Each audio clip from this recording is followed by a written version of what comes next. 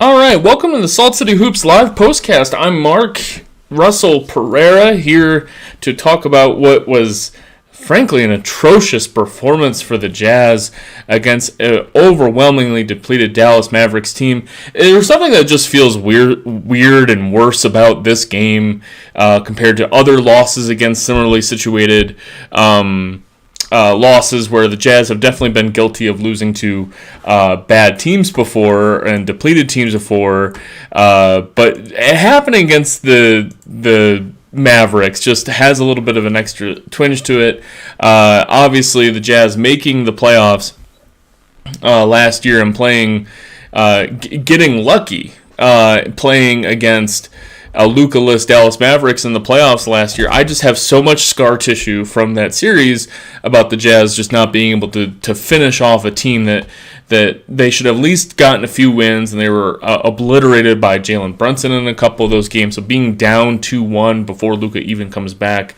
And so, yeah, after the trade deadline scuttlebutt, you get Kyrie Irving coming in, you get Luka Doncic out for injury, and you think that this one was going to be easier for the Jazz. I knew it wasn't going to be a blowout, but man, for this to be this bad, Jazz lose by 13 points. It wasn't particularly close in the fourth quarter. They go down in the first quarter by a few points, but they actually storm back to take a 12-point lead in the first quarter, and they lose every quarter thereafter. They lose the second quarter by 10 points. They lose the third quarter by 6 points. They lose the fourth quarter by 9 points. And this time, the culprits against the Jazz were Josh Green, Jaden Hardy, and Dwight Powell. The starting lineup for the Mavericks today, they started basically four guards and Dwight Powell. They played Tim Hardaway, Reggie Bullock, mainstays in the starting lineup. And then the three new starters, I guess Dwight Powell is still a starter for the Mavericks. Dwight Powell and then Josh Green, and then a player that I didn't really think was playing a whole lot recently.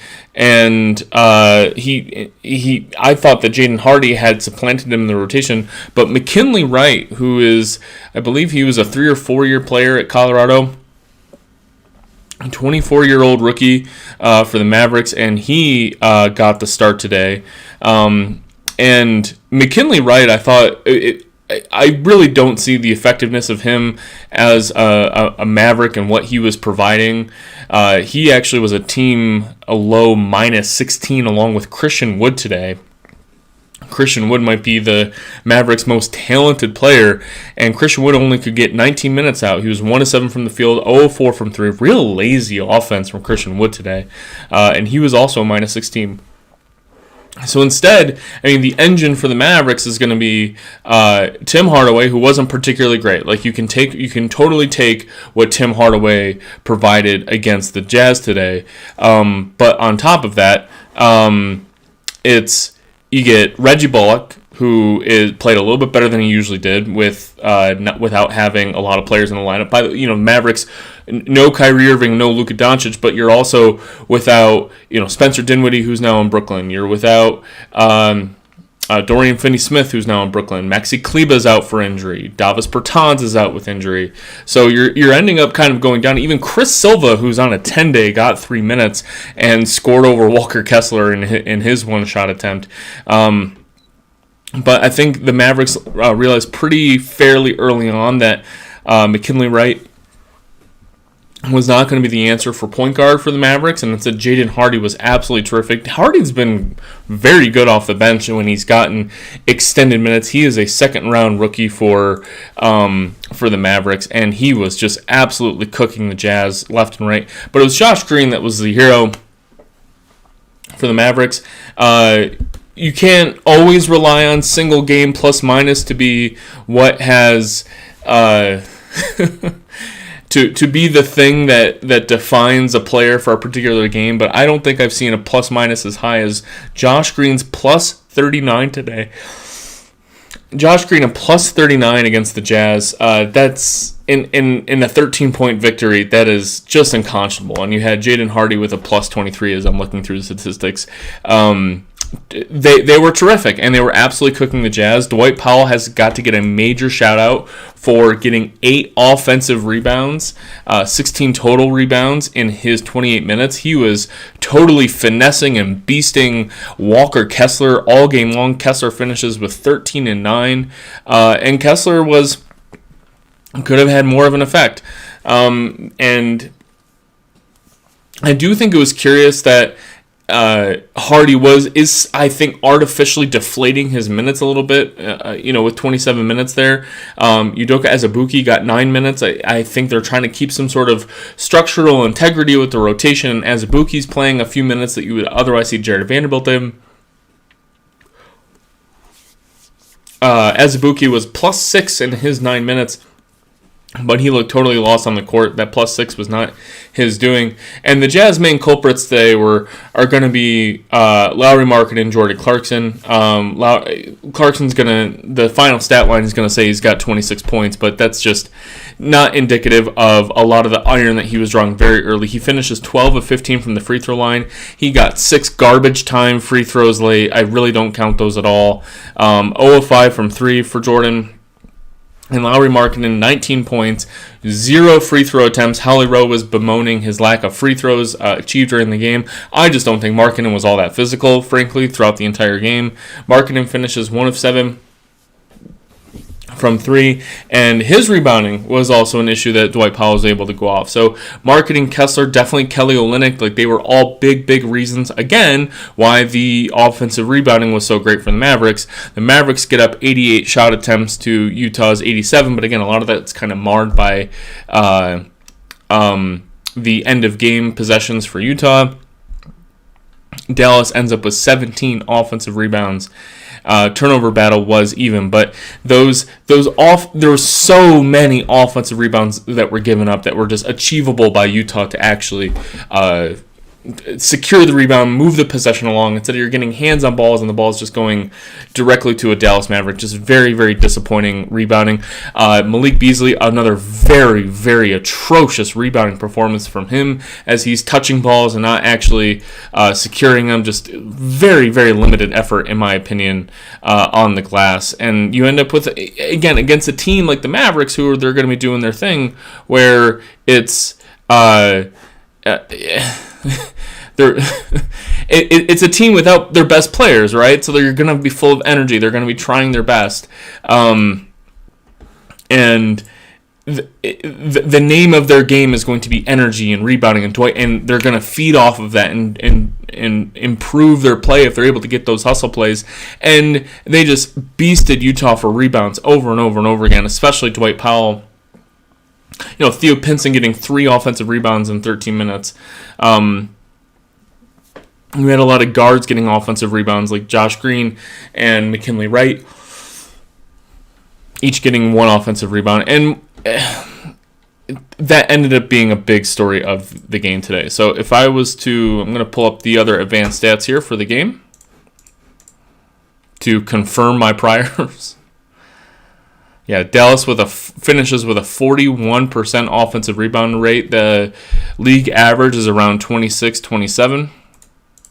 Let me take a look at who's average in that right now. Utah is always near the bottom of the NBA. The average is 27%.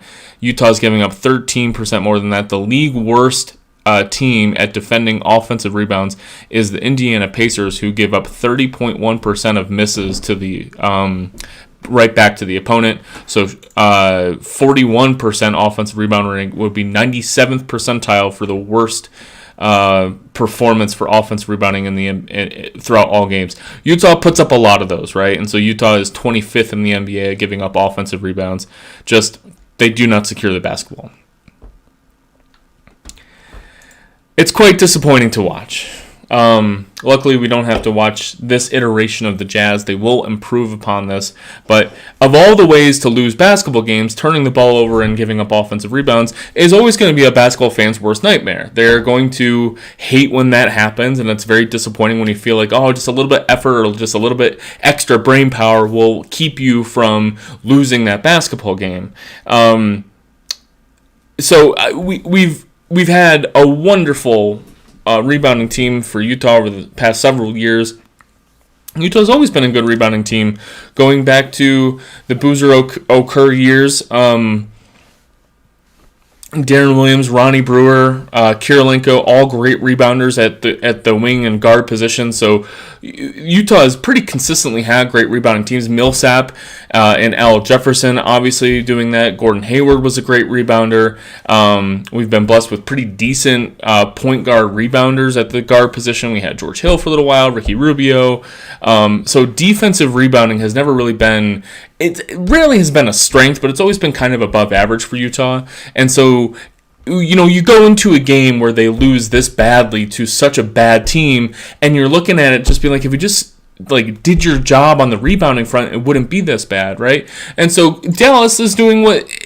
The frustrating thing is off of that, too, is that the Jazz effort after giving up an offensive rebound was just like, well, we might as well just let them shoot an open three.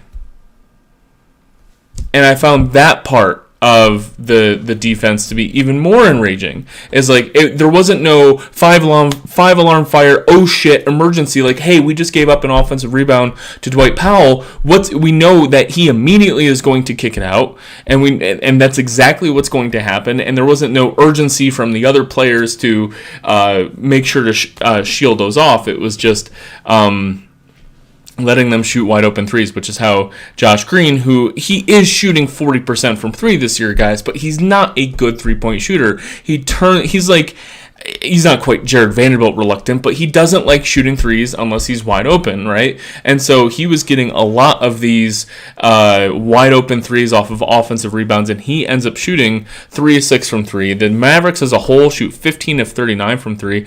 Not a overwhelmingly amazing percentage, but 39% from three is very, very good. And you get guys like AJ Lawson and Theo Pinson, and Reggie Bullock and Tim Hardaway. They all shot great from three. And in fact, if you take out Christian Wood's 0 of 4, which frankly his 3-point shots were atrocious shots. They were kind of isolation looks, very few catch and shoots. He looked like he didn't even want to be out there because Christian Wood is a mercurial guy who doesn't like putting an effort unless he has to. So if you take away his 4, it's 15 of 35 from everybody else, right? And that's a great shooting team. That's a great shooting performance. And a lot of those were off of offensive rebounds. And as I mentioned, McKinley Wright minus 16, Christian Wood minus 16, everybody else overwhelmingly in the positive for Dallas. Frank Ntilikina only getting 7 minutes is interesting, given what they had. JaVale McGee only getting 7 minutes was interesting, given what they had. The Jazz really tried to win this game, and so you're putting out, Lauri Markkanen's getting 36 minutes. Olynyk is back to his full complement of minutes with his 28 minutes. Kessler 27 minutes. Conley 31. Clarkson a miserable 32 minutes today. Sexton 25 minutes. I thought Sexton's first half was really nice. I thought his defense was fine, and I don't think the Jazz were losing because of him. But again, 25 minutes, 0 rebounds, 1 assist, right? And I know the ball is in Clarkson and Conley's hands a lot of the time. I would like to see a little bit more responsibility put on Sexton. Clarkson in the first half, notably when Clarkson was really struggling and the ball was drawing iron every time, not just from three, but Clarkson was driving into the lane and shooting these short mid-range shots that were clanging off the iron. He was looking off Sexton on these isolation drives, and it's like, you got to move the basketball more, man. I know Clarkson wants to see a ball go in and feel it, but that it was very frustrating to see him looking off Sexton there. So I'm not, Sexton playing 25 minutes and only having 1 assist and 0 rebounds. I think he could have had more responsibility, but it just wasn't to be. Malik Beasley was... I've mentioned his defense. His defense was not great. He's one of those players that definitely did not have the 5 alarm fires and giving up the offensive rebounds. He's usually culprit for why the offensive rebound existed in the first place.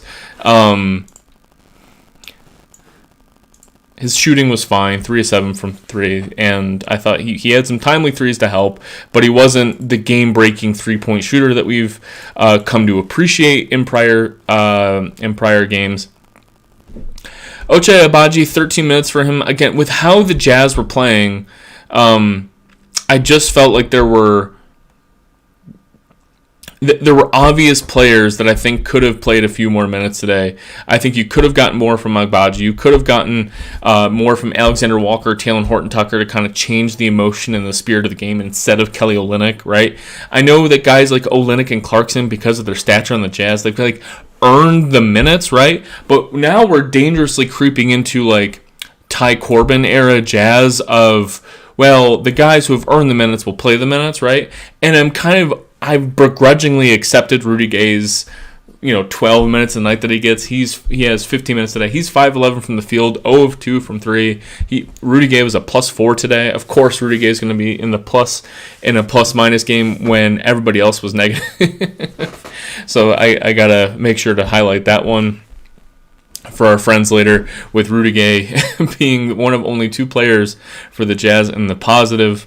I've come to accept that, but like, you're telling me that there's nowhere for Alexander Walker or Horton Tucker to play today? Like, if you're not defending Josh Greenwell, if you're not defending Jaden Hardy well, like that's when you have to say, hey, I don't think Jordan Clarkson is a guy that I want guarding him. And if you feel like you need to give those guys minutes, take them away. Like, I saw that, Azubuike plays 9 minutes today. What's the harm in playing, if you're trying to find a different defender for some of these smaller lineups that Dallas is putting out there, rejigger the lineup around to have a better on-ball defenders, like put Talen Horton-Tucker out there on Josh Green. I think that would have been a great matchup. THT has been a very good defender against players of Josh Green's ilk this year, and finding a way to have Lauri Markkanen be your center, and you could still have Conley Clarkson and Sexton out there with THT, right? Like, we've done that before. It hasn't gone well against we've deployed that lineup against teams that would absolutely eviscerate it, but like this team that we're playing with the Mavericks, they're starting 4 guards and Dwight Powell. Like, you can match it a little bit to try to get some different personnel out there. So yeah, I know the Jazz played 10 guys today, 10 guys today, but Azubuike didn't need to play those minutes. And yeah, it's not like Will Hardy has been reticent to cut Malik Beasley's minutes or Colin Sexton's minutes. Kelly Olynyk playing 28 minutes, frankly unnecessary. Look, NBA teams are going to win by their stars, they're going to lose by their stars too. So we can also talk about Lauri Markkanen just did not have a game today. 1 of 7 from 3. You do expect him to shoot better from there, but also 0 free throws, right? And I do think that against this sort of team, you can get to the free throw line more. And if I take away a lot of Clarkson's bullshit fouls towards the end, this is a team that did not get to the free throw line very often, except for Colin Sexton, who, of course, he is reliably crashing on top of the rim. He goes 6 of 6 from the free throw line today. I loved his attacking, and he had an advantage. And again, if you put the ball more in some other team's hands, you could have had a chance today. Instead, you're going up against a Mavericks team that was very content to let Jordan Clarkson control the action. They were very content to not have Lauri Markkanen beat them kind of in that sort of the physical play. So you have Markkanen shooting 0 free throws and you have Jordan Clarkson doing all the work. That's exactly what the Mavericks want you to do, right? With their undersized, undermanned lineup, flying around, getting their offensive rebounds with speed and effort, and you just didn't have it from Lauri Markkanen from a physicality standpoint. You see his physicality, you see his rebounding skill, you see his verticality often with Lauri, and it just wasn't there today. Lauri Markkanen, a very low foul player, fouls out today, and I don't think the officiating was poor at all. Lauri Markkanen averaging, I think it's under 2 fouls a game this year. He's averaging exactly 2.0 fouls per game this year. And he fouls out today. I don't think the officiating was poor on him at all. I think he was getting absolutely rammed down the throat by excellent backcourt play from Jaden Hardy, who I've loved watching Jaden Hardy this year. I think he is quite the steal for Dallas as a bench guard for now. And Josh Green, of course. So Dwight Powell also, I thought, was very physical on the glass. Christian Wood drew a couple free throws on Lauri Markkanen. Of course, you're going to get 4 fouls out of Kelly Olynyk, because you always do. So Looks like we have a bunch of Mavericks fans who have joined us on this live postcast. Congrats on a wonderful win against the Jazz at home. We got a fun new team to look forward to, and I think it's always fun to have some of these bench guys contribute, right? And if I'm the Mavericks, I am very excited about Josh Green getting a little bit more responsibility, opportunity, a wild plus 39 for Josh Green today, who I have not been very high on, but towards a few of his 3-point attempts in the beginning, he was knocking his knees together and they were missing a little badly. One kind of was a funky shot attempt that went in, and then the last 4 3-point attempts that Josh Green had, it was much cleaner, smoother stroke. That if that's actually a thing, that would be very cool to have. So he and Jaden Hardy, very impressed with those guys today. And Dwight Powell kicked a whole lot of ass. The Jazz are not a very good defensive rebounding team. They're one of the worst in the NBA. They're not a very good team at protecting the basketball. They give up a lot of turnovers. 13 turnovers was kind of acceptable for the Jazz at this point. And the Mavericks took advantage. Jazz only shooting 6 of 31 from 3. I haven't even mentioned that yet, because I don't think that's the reason they lost, right? Sure, you're expecting Olynyk to make another 3. You're expecting Lauri Markkanen to better than 1 of 7. Clarkson better than 0 of 5. You're expecting a little bit better performance from 3, but if you're going to lose by 13 points, it's not 3-point variance that lost you this game. If we lost by 4 or 5 points, I could say, hey, a couple more threes and that's a Jazz victory. But against this Mavericks team who is rolling out a lineup of exclusively bench players, maybe a starter or 2, is that really what you're going to hang your hat on? So I don't care about the 20% 3-point shooting, especially when you look at the distribution of shots today. Where is my shot chart here?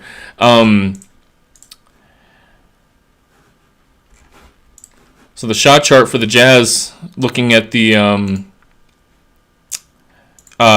shot frequency, I always like to look at this. The Jazz only shot 22% of their shots at the rim today, which is just abysmal. The Dallas only shot 25% of their shots at the rim, but they were also getting wide open looks from 3, so we can't really care about that too much.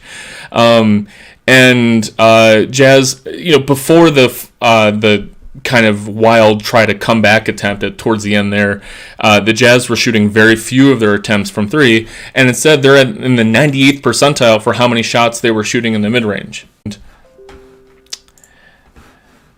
It is what it is. This is the Salt City Hoops live postcast and beer. By the way, I ran out of characters to mention that this is the postcast and beer. I am drinking Westfax Brewing Company from Colorado. Dark Intent. It's an American porter. It's 5.5%. It's just it's a Monday, all right? I'm allowed to drink 5.5%. Usually we're drinking the 13, 12% barrel-aged stuff here on the postcast. So I know we got a Mavericks fans in the in the chat. I'd love to hear from everyone who's not a Jazz fan. Talk to me about what you're hearing today. Ace, happy to have you here. I assume you're a Mavs fan. What did you see today from your bench lineups that got some more minutes today? I approved you to speak, Ace, and then you died on me. So if anyone wants to speak in the chat, I'm always happy to take your questions and comments about the new look Mavs, what you're looking for. I'm excited to hear from other fans, or insult the Jazz. I'm always happy to hear that. So that pretty much runs down what I had from this particular. I'm curious to see what Will Hardy has to say about his comments about this poor performance, but that'll be later.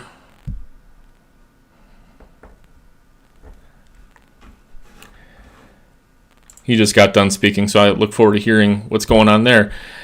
Ace, do we finally have you, brother? Yeah, what's good, Sean? What you might with that?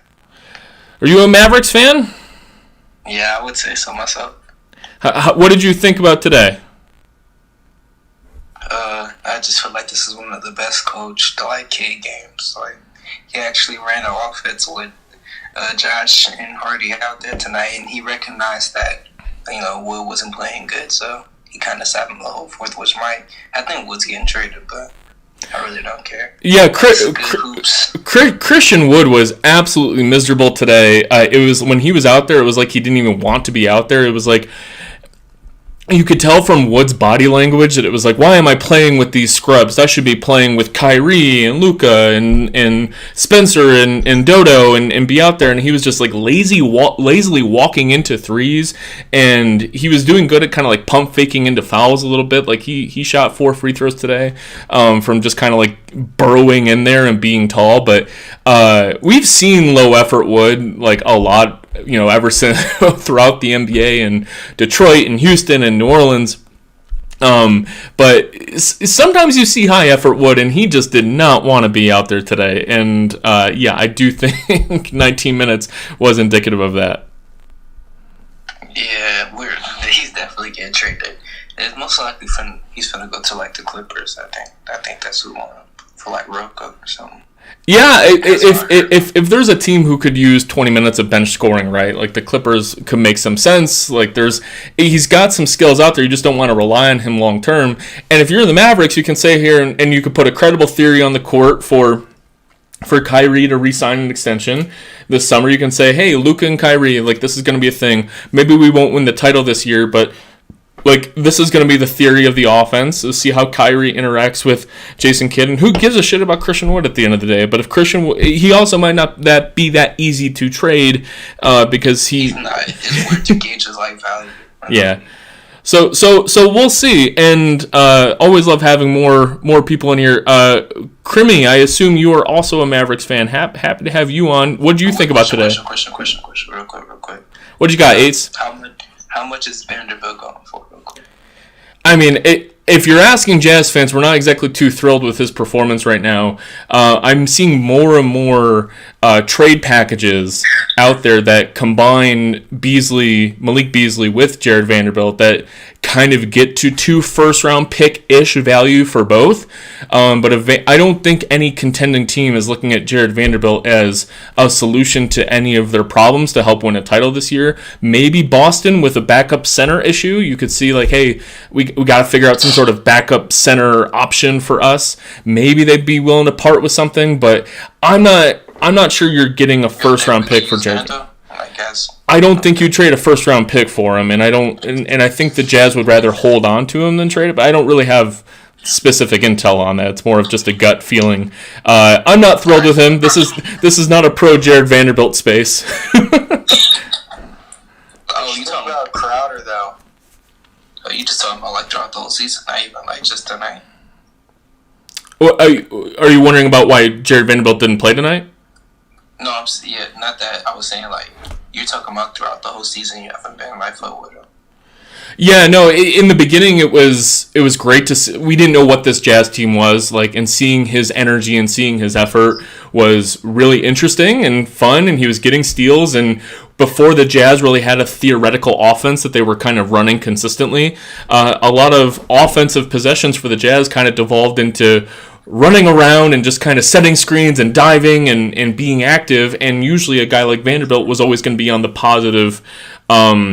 On the positive end of these things, and the more and more the Jazz started trying to run actual offense, and the players on the court started like seeing the hierarchy of who belonged on the court and who was going to be playing. Markkanen's 1A, Clarkson 1B, and Vanderbilt is being asked to stand in the corner and not really set screens and be a diving to the cup guy. We're realizing that Jared Vanderbilt actually can't score at the rim either. Like Jared Vanderbilt trying to score layups and dunks, like he doesn't actually play above the rim. He's not a great dunker. He doesn't draw fouls in that way. All of a sudden, the things you need Vanderbilt to do offensively, it's not there. And so you get a little bit more disillusioned with what Jared Vanderbilt can provide you as an offense. And defensively, I think it's all eye of the beholder. The advanced stats are absolutely miserable on Jared Vanderbilt, but I think that he can be deployed in a defensive system and be a plus defender. It's just around this Utah Jazz team with a bunch of really shit defenders, it's kind of hard to isolate him and expect him to be the reason the Jazz defense is usually poor. And he doesn't usually play with Walker Kessler because they don't usually play the two non-shooters together. So that's the situation with Jared Vanderbilt. I think he's young enough. He's only 24. He turns 25 pretty soon, and he makes $4.5 million next year. So which is a very affordable guy to have on your team. So that's my theory on Jared Vanderbilt. Ace, we'll move on to some other speakers here. I'm glad we have some more folks in. I'm again assuming you're all Mavericks fans. Deuces, man. Thanks for having me on, man. Deuces. Ace, you're the man. Crimmy, what you got, brother? Can you hear me? I got you. Alright, dude, I just have to say this. Tim Hardaway is so ass. I'm so tired of watching this dude. Every time he gets a wide open three, it's just brick after brick. I'm tired. I think he's mad at himself. Every time he misses, he just throws his hands up like I suck. Like, I'm tired of fucking watching this dude. He's so bad. We need to trade him. Yeah, it's. I'm always surprised when Tim Hardaway, when I see him on the court on the screen for me. Again, this is a Jazz fan who watches the Mavericks. I probably catch the Mavericks about good 25, 30 times a year. But I don't. I missed Hardaway at the beginning of the year, right when he was injured. So I am surprised when he shoots poorly today. And today, as a Jazz fan, I look at the box score at the end of the day, and I see that he shoots 5 of 16. And I'm like, oh, I thought it was a little bit better than that. The 4-7 from the free throw line probably drives you nuts. With everyone having great nights tonight, I could see you being disappointed at his plus 10. His defense was actually sneakily kind of good today, but the Jazz didn't exactly put a lot of pressure on him to do so. Nah, listen, man. You don't understand our pain. Everybody, bro, Hardaway is the worst player I've ever seen. Maybe not the worst, but I feel like sometimes he shoots 0 for 9. And I'm like, you put me in there, I'll make 1. I won't miss 9 shots. Like, how ass are you? He's the streakiest player in the NBA. Well, he's usually He has to be the streakiest player. And the biggest negative that you have is that he's an albatross contract, so you can't sit there and be like, what are we going to do with him? His contract does decline. He made $21 million last year. He's making $19 million this year, 18 next year, 16 the year after. It's a struggle contract to move off of, and so he's 30 years old. He's going to be 31 in a month. So you got him until he's 33, and then you'll be mercifully without him, right? So hopefully you can limit him to 20 minutes a game with a new backcourt that looks pretty good. You're definitely not going to be able to trade him because he would require attaching assets to get rid of him. So you're kind of stuck with Hardaway for a little while, unfortunately, and we'll see what we do from here. I mean, when we signed him, bro, everybody was like, "Oh my God, such a good signing! We got him for cheap." Because the Pelicans offered him more, but he stayed here. I'm like, listen, Hardaway only played good that one series. He's about to fall off a cliff. I don't trust this dude. But and I was right, like I always am. I'm always right, and everybody else is wrong. Well, it'd be interesting. It'd be interesting to go back to the time of the acquisition from the Knicks, because I forget exactly what Dallas traded for him, but I do remember the talk being like, you're trading for the right to give him an expensive contract eventually. And of course, he shoots nearly 40% from 3 in the 2019 season, right? And then he comes right back, and it's like, oh, we have to pay him a lot of money. And he shoots 39% in 2021. And so, and it's the 21 offseason after he shot 40% from 3 for 2 years. You can see the theory of being like, all right, we're going to give this guy $20 million, but he provides so little else on the court that it was like there's other ways that Dallas could have tried to spend that money. And of course, you're just clinging for straws to be like, we got to attach real players to Luka Doncic, and sometimes it's you bite it a little bit too quickly. So it is what it is, and I feel your pain. Every team has had a bad shooter who makes too much money. So let's get Marv on the line too to see what he thought about beating the Jazz with a bunch of bench players, and what do you think about your team, man?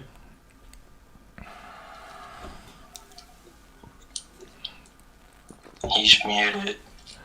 Marv, if you want to speak, you got to unmute yourself. Oh, we got Kyrie, my friend. I'm so sorry. I just wanted to be on this and say we got Kyrie. I didn't realize that this was a Jazz podcast, but I'm here for it. We got Kyrie, and that's basically all I wanted to say, man. The league is in trouble, and that's about it. So thank you for having me on, man. And Crimmy, I'm sorry, but your take is terrible. That is it, man. Y'all have a good night. Thank you, brothers. Well, I can't wait to see Luka and Kyrie on the court. I actually do live in Denver, and I bought tickets to Mavericks Nuggets like a month ago, and so now I got a great reason to keep those tickets and see what happens, because that'll be I don't have anything novel to say. It'll be interesting to see how the two ball handlers work together. They have an exactly complementary set of skills as you want from ball handlers, with both players' ability to play off ball, but also the speed and quickness differences, the ways that they can interact with big men. They offer two completely different theories of ball handling basketball. It allows Jason Kidd to always have one of them on the court, putting constant pressure on the rim, putting constant spacing pressure. It is going to be very good basketball. Obviously, every issue with Kyrie is going to be associated with what does he do in the offseason? Do you give him a 4-year contract? I don't know. It's not a position I would enjoy to be in, but it is more of like a, hey, let's see how the basketball thing works. And I saw an Uncle Drew clip yesterday, and it almost made me like Kyrie Irving again. So this is the Salt City Hoops live postcast and beer. This is this is ostensibly a Utah Jazz postcast, but I saw the onslaught of Mavericks fans, and I don't really give a shit. I love basketball all around, and I gave my rants on the Jazz poor rebounding presence today. I thought Dwight Powell absolutely kicked ass, and Jaden Hardy is a guy that I think is going to be a very, very key player to watch. I really liked him coming off the bench. I thought McKinley Wright starting was weird. Again, I live in Denver. I've seen him play at CU, and McKinley Wright is a nice little, backup point guard-ish type of player. But that being said, I thought Jaden Hardy deserved way more minutes. So I'll let one more request come in here from Michael, and then we're gonna sign off for the night. Michael, what did you think about? I assume you're a Mavericks guy. What did you think about your team, and what did you think about playing the Jazz today?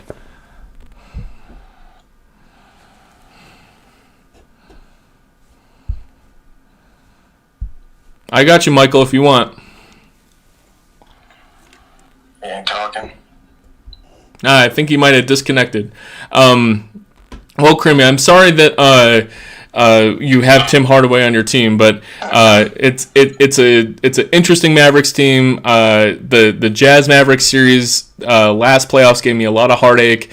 But I think it was like the necessary step the Jazz needed to have to blow up the team and do something different. So, friends, this has been the Salt City Hoops live postcast and beer. Love to have all of you in today, and make sure to go ahead and follow us on here on Twitter. I'm a Jazz fan, but I'm a big NBA guy. Follow you all around. I'm a big fan of Slightly Biased podcast and his live shows. So he's actually who he's primarily a Mavericks guy. I actually tune into him more often than any other live coverage if the Jazz aren't on. And Salt City Hoops, blog about the Jazz, but we talk a lot of trade deadline stuff as well. And that's where you'll be seeing that's where we're on YouTube right now. If you want to see my ugly face, that's where I am. Drinking a beer, having a good time with y'all.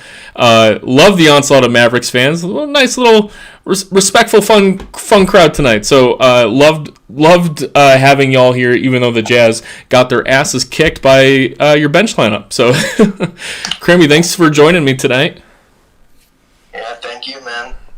All right, and y'all have a good night, and I will catch you for the next Mavericks game, hopefully. Have a good night. See ya.